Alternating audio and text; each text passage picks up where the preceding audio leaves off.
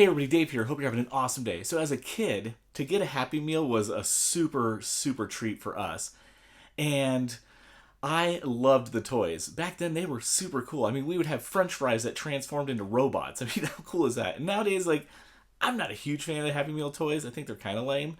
But this is a thing. I can't believe it. I thought it was like a spoof on social media where it was like somebody was just riffing, but it's actually adult Happy Meals, and they come with 4 different toys. I kind of wish I got Grimace or Hamburglar, but I got Cactus Buddy, and he's pretty cool. Typical plastic McDonald's toy, kind of cheapy.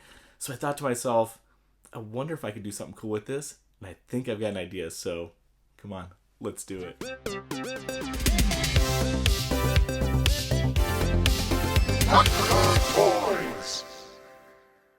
Okay, so here's Cactus Buddy, and I'm going to make a little skeleton out of him.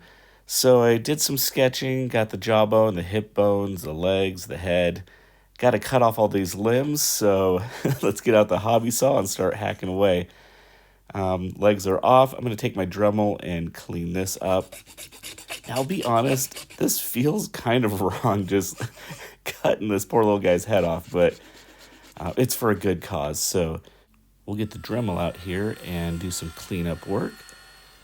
And that is kind of the finished product of the cleanup work. It's looking pretty good. And I need to get this copyright stuff out of the back. So what I'm doing is taking an X-Acto blade, just scraping that down, and then some wet sandpaper, sanding that down. It is a little bit of elbow grease, but well worth it. It gives it a nice look. Now after I did that, I thought, you know what? I've got these just really bad seams here and under the arms. So since I'm going through the effort of doing this, I might as well clean all this up as well. So kind of did the same process, scraped it, sanded it down, and that looks pretty great. Now the inside of the arm here, I'm going to clean all this out because I'm going to fill this with a putty later. So that is just about where I need it to be. So really from this build, I'm going to use the shirt and the hat. And I noticed the hat kind of has the same thing, the seam lines and all that. So I'm going to do the same exact process, scrape it down, sand it. And I think just the little extra effort is going to give the finished product a really nice look. Now I'm measuring the head because I want to build like a little armature of aluminum foil so I can put the clay right over the top of that. Now, one little trick that I use is some paint sticks and a little wooden dowel. And this is going to give me a nice thickness of clay that I can use to lay on to my little aluminum ball that I made. So I'm just kind of smearing that around. And I kind of left this part in because I feel like I messed up here. I should have cleaned up the hat and pressed the hat in, but I thought if I made this little groove, the hat would fit right on. Oh well. Using a marker to kind of poke out the eye sockets. It's kind of nice because it pushed the clay out and it's giving kind of that rim of the eye socket as well. And that's kind of where I'm at right now. It's looking pretty nice. Now onto the jaw. I don't know exactly how to sculpt teeth, what the smartest way is, so I just took a paintbrush, kind of poked some little holes in there, and I thought it would give me kind of alignment to where the teeth would go. And then I took a small strip of clay, and I'm kind of just aligning it in there. And once I get that all aligned in, I'll take a little sculpting tool, and I'm kind of just marking out where each of the teeth would go. And then once I've got how each of the teeth would go, I went in with the little sculpting tool and kind of refined that the best I could. And you'll see here I kind of did the same for the bottom jaw. Cut out this little shape, took the end of my paintbrush again, kind of poked in where I thought the teeth should go, sculpted some teeth, put them in there, and so forth. So now what I'm doing is just trying to align the jaw, get everything where I want it to be, and then I'm going to bake this in the oven. So this is kind of cool to see this part coming together here. Oh, before I bake it really quick, I am going to sculpt in some little skull lines where it comes together. So here it is. It's not baked yet, but let's throw this guy in the oven.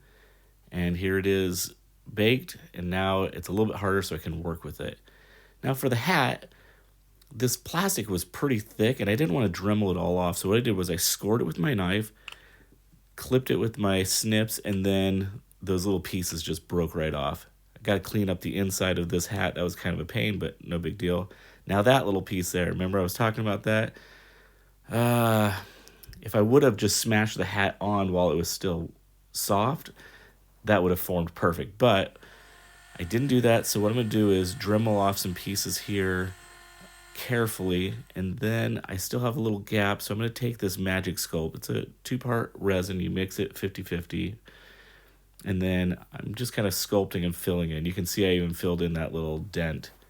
While I had the Magic Sculpt, I went ahead and made some little bones for his hands. I made some little legs, a pelvis, and for the feet, I tried this multiple times and I found this was the easiest way for me. Again, there might be a smarter way to do it, but I did 3 little balls of Magic Sculpt, and then I kind of just smashed and rolled them together, and that made some cool little toe bones for me. So while those are drying, I'm going to mask off the hat, and we'll go ahead and spray the skeleton with this kind of almond color. Looks pretty cool.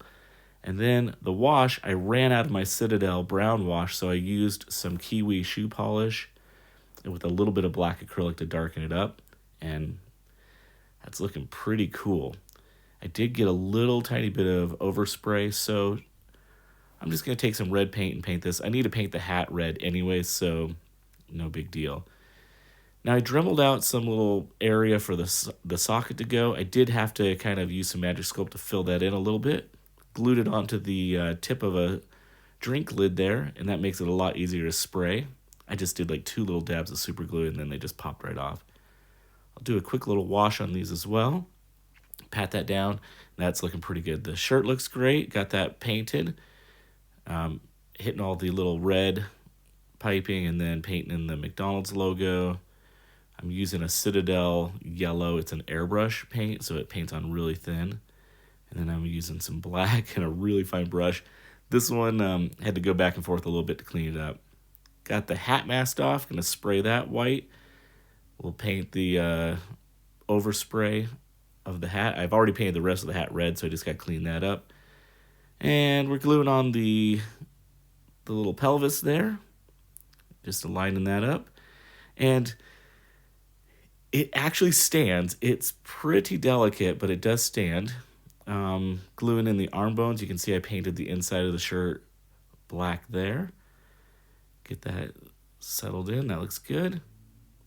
Finish up painting the hat here. And put a little bit of glue on the head.